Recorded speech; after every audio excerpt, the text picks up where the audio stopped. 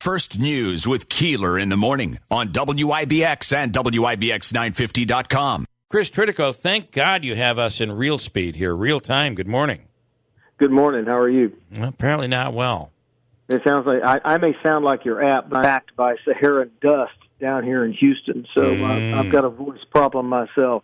Are you really? Is it like a dust storm, like the old-fashioned type dust storm? Well, it doesn't look like the Dust Bowl, but it's just this constant bombardment with this dust, and it's really attacking my sinuses. Get it? So well, we have the yellow dust, and it's been really bad this year. Pollen has just been brutal this year. Up here. So, all right. Well, listen. Let's go. Here's what we do. Chris, of course, criminal defense attorney, has represented notable athletes. Was one of the trial lawyers who represented Timothy McVeigh. That's hard to get out. I'll throw three topics at you, and we'll talk about them. Let's start with number one. Donald Trump to sue Facebook, Twitter, Google over censorship. I thought these were private businesses. What do you think? Well, they are private businesses, which is why I think this suit fails. Yeah. But look, Donald Trump wanted to get this filed, and he wants a ruling by the time the presidential primaries happen, and that's why he's made a critical mistake in the filing of this by filing them as class actions. Class certification is immediately appealable. And so if he's successful in getting the trial judge to certify these as a class, Google, Twitter, and Facebook will appeal it immediately, and that appeal can go all the way to the U.S. Supreme Court, and that will take longer than the primaries, and he loses his objective of getting a ruling on this before the primaries. That was a huge tactical error. But even beyond that, I don't think this suit is going to be successful, even if he gets the class certification. I think he loses because his argument is the use of Section 230, which, of course, insulates these Internet companies from liability of what people say on their pages. He says that by using that portion of the United States Code, they now are governmental agencies. Well, that will never fly. Right.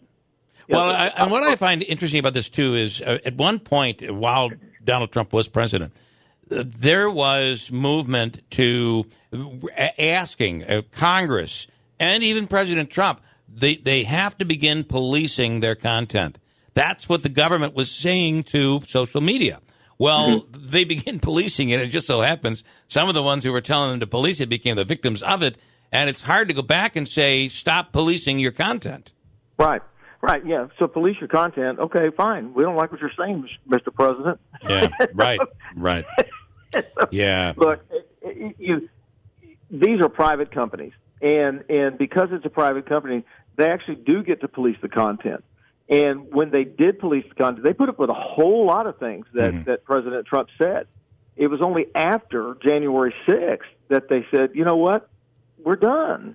And I don't think that anyone is going to find them at fault for that. So you may agree or disagree with how they did it or why they did it. They have the right to do it. And I think that's what the courts are going to rule at the end of the day. Right.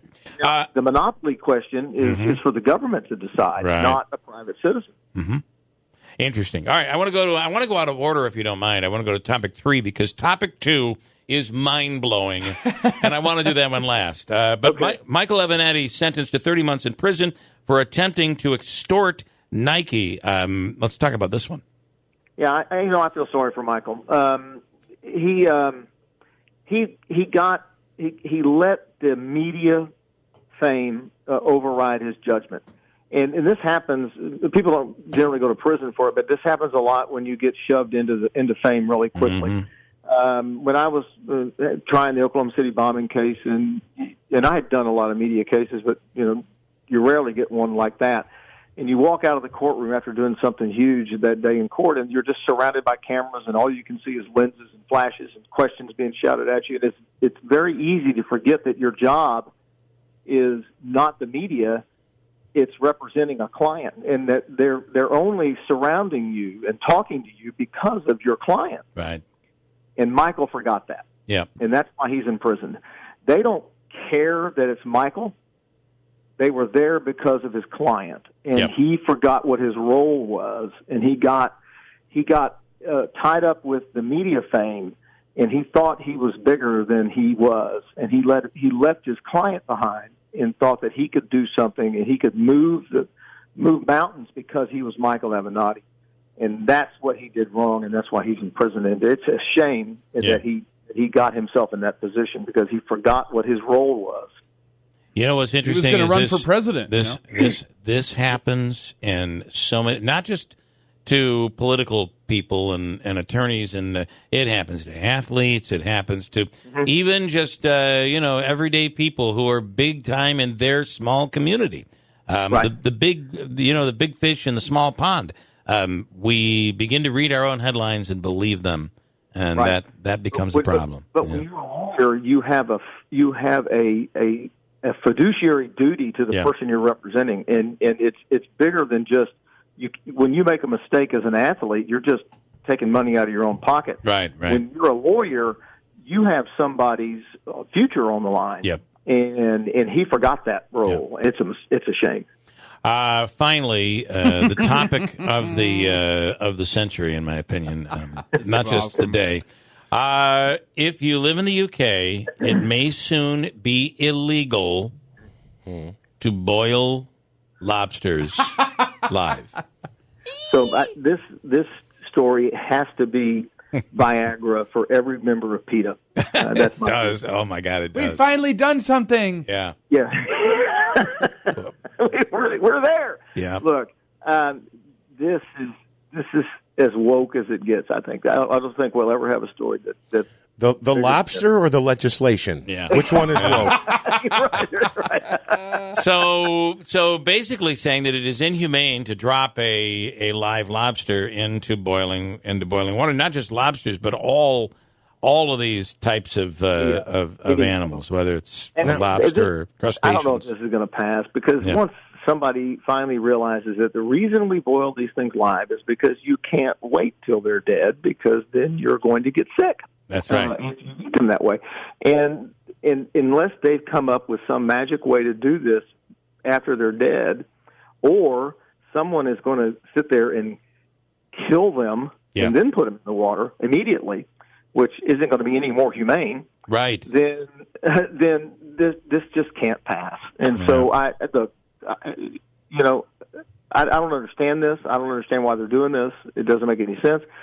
And if they do pass this, then they're going to stop eating these things, and this is going to be a huge economic impact. Yeah.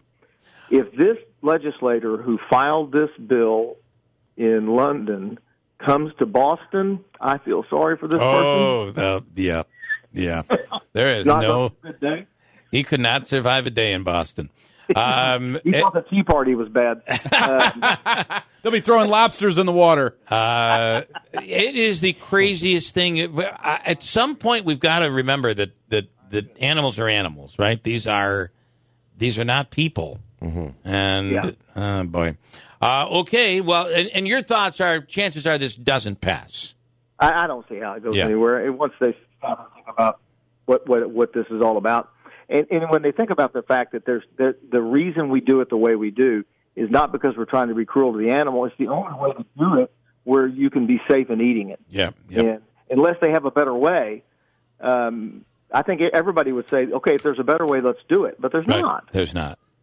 And you cannot give up lobster. I'm sorry. You just can't do it. Can't do it. Especially it's National Mac and Cheese Day. Lobster mac and cheese. Gotta love it. Come on. Gotta love that. All right, Chris, we appreciate it as always. We'll do it again soon. Thank you.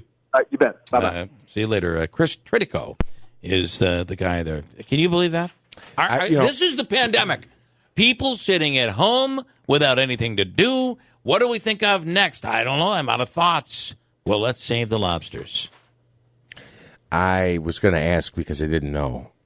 Why do they have to be alive? Why can't you just kill them and throw them in the water? But if that's the case, you get sick if they're dead? Well, you wouldn't want to. I mean, you can get lobsters. And that's usually cooked, right? But there's a chance of seafood and getting sick and carrying disease or whatever happens when seafood is bad. I don't know, but by serving them live, I guess I don't know the answer to this question. I'm sorry. He says it's because It's because you could get sick because they sit around, but you can still get them that are already boiled. I don't know. But, I mean, what are we going to think of next? That's kind of the question here. We need a more humane mousetrap. I guess we do. Release policy, just like we do with criminals. That's right. Catch and release. Catch and release. We release. do it with fish and criminals. That's what we do.